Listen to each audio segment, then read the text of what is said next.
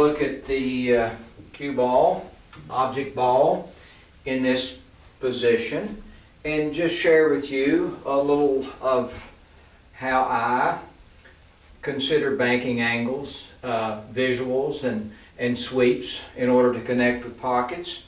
For this first one rail bank, as I look at it, I understand very clearly that I'm hitting this ball in such a way that I would hit this rail. So that kind of knowledge is important. So I know I have to cut it to the right, so I'm going to use the right edge of the cue ball, and I'm going to use edge to C. So that ball has to be thinned slightly, so I know my sweep is to the right. Edge to C, center to edge, right sweep. And I'm just going to move right in for a stun shot. The whole key to this shot at this point now is to stun the ball with a proper speed.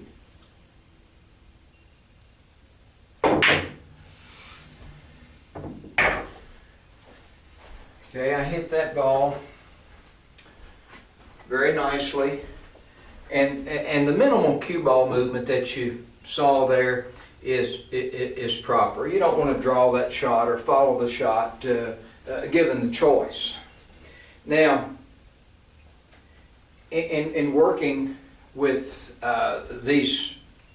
with this shot during practice, I might ask myself this question: if edge to C, right sweep is a one rail bank to here, what would edge to C, left sweep give me?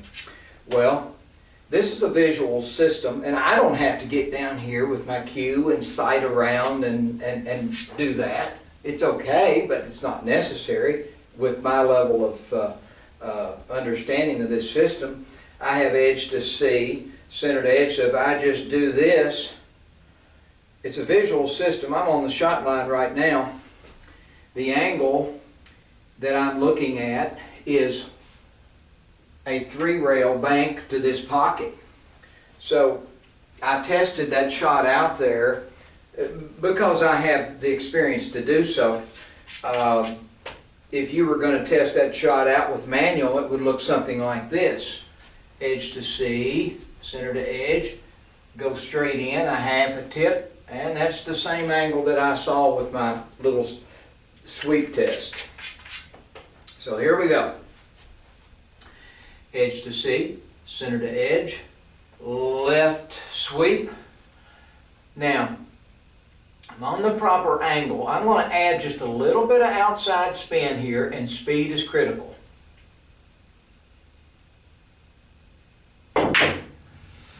That's going to be just a little bit long by a ball or so. So I'm going to make my adjustment by adding a little bit more spin. So edge to C, center to edge, left sweep, a little bit more spin. My eyes are on the shot line.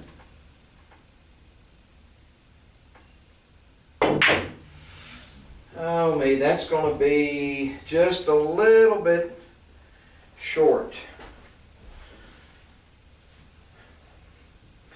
So I'm going to back off of the spin and increase the speed. Edge to C, center to edge. So I backed off of the spin slightly.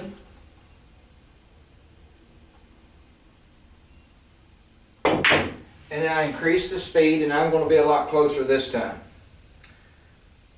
So there's a nice connection with that side pocket. Now another shot that we can look at from here is a 2-rail bank in the corner. And I don't look at too many shots like this, to be honest with you. It's a good one-pocket shot. It can be a banking shot, but primarily these 2-rail shots come up in one pocket a lot. So at this point, I'm not looking at a lot of these type shots. So actually, my experience with looking at this shot is so limited that I'm just going to spend a microsecond looking at A. I know I've got to cut it to the left. So A is not going to work. I can just see that. A is going to take me over to here. A with a left sweep is actually the 4-rail bank to right here. So I've already determined a 4-rail bank with A and inside. So with progression, the next thinnest shot's going to be B. So I have edge to B, center to edge. Now I truly don't know if this one's going to work or not. I'm going to test it out with manual.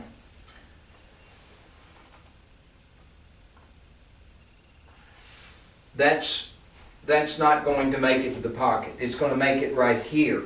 So that doesn't connect with the pocket. Inside A goes right here, 4 rails to that corner. Inside B does not have a pocket, which is the case at times. Now, I'm 100% certain at this point that as we progress across the ball, A, B, C, we're going to look at, this is a cut to the left, so I'm over here to C. So I know C and inside is not going to be the solution. So I'm dead certain C and outside is the solution for the 2-rail bank. So I have edge to C. I'm going to sweep to the right.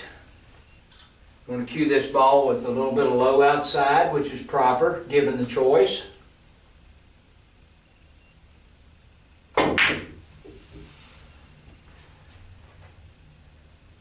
And that's a really good way to shoot that shot. If you're playing one pocket, that low outside and that speed gives you a great positioning of the cue ball to this side of the table, which would be necessary in a lot of instances. Now, as I set this ball up again and look at we can go back and revisit the inside A, which is, so if I test that out again, inside A, that's the 4-rail bank to that corner.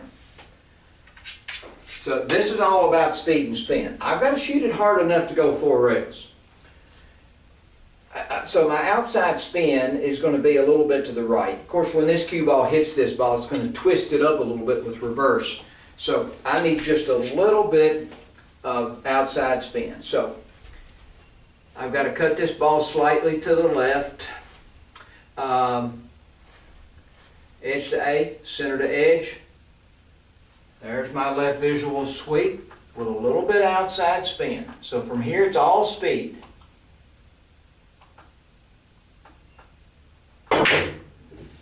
So that may not go, but it's at least going to be close.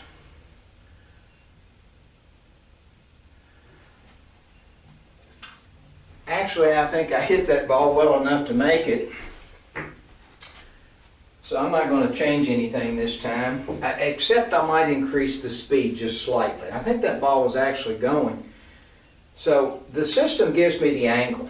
I have to play around with speed and spin. I'm going to keep my spin the same, and I'm going to increase the speed just slightly. Edge to A, center to edge, left sweep. Now, I'm feeling the speed right now. I feel it in my body. Nothing's going to change about my aim, though.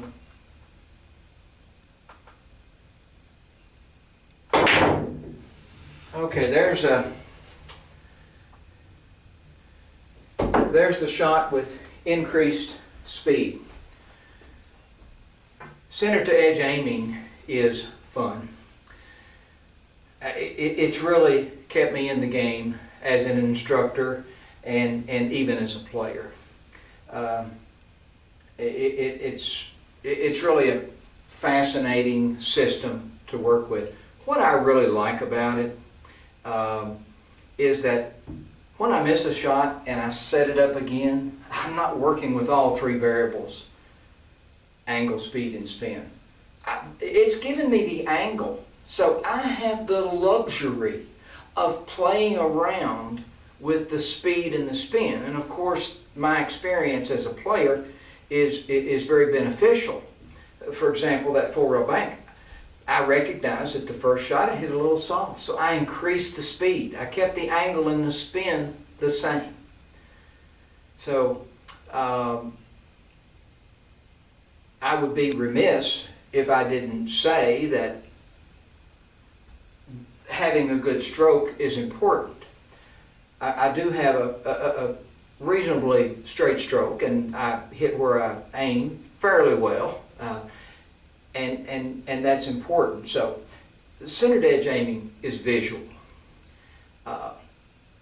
There's knowledge and experience that comes into play with your use of speed and spin. But the system and what I did here becomes very automatic. You can't jump into center to edge aiming and just learn it overnight. It doesn't happen that way. But once you start on your journey of center to edge aiming, you're going to be working with objectivity, visually and physically, and your learning curve is going to be much shorter in that manner. But center to edge aiming represents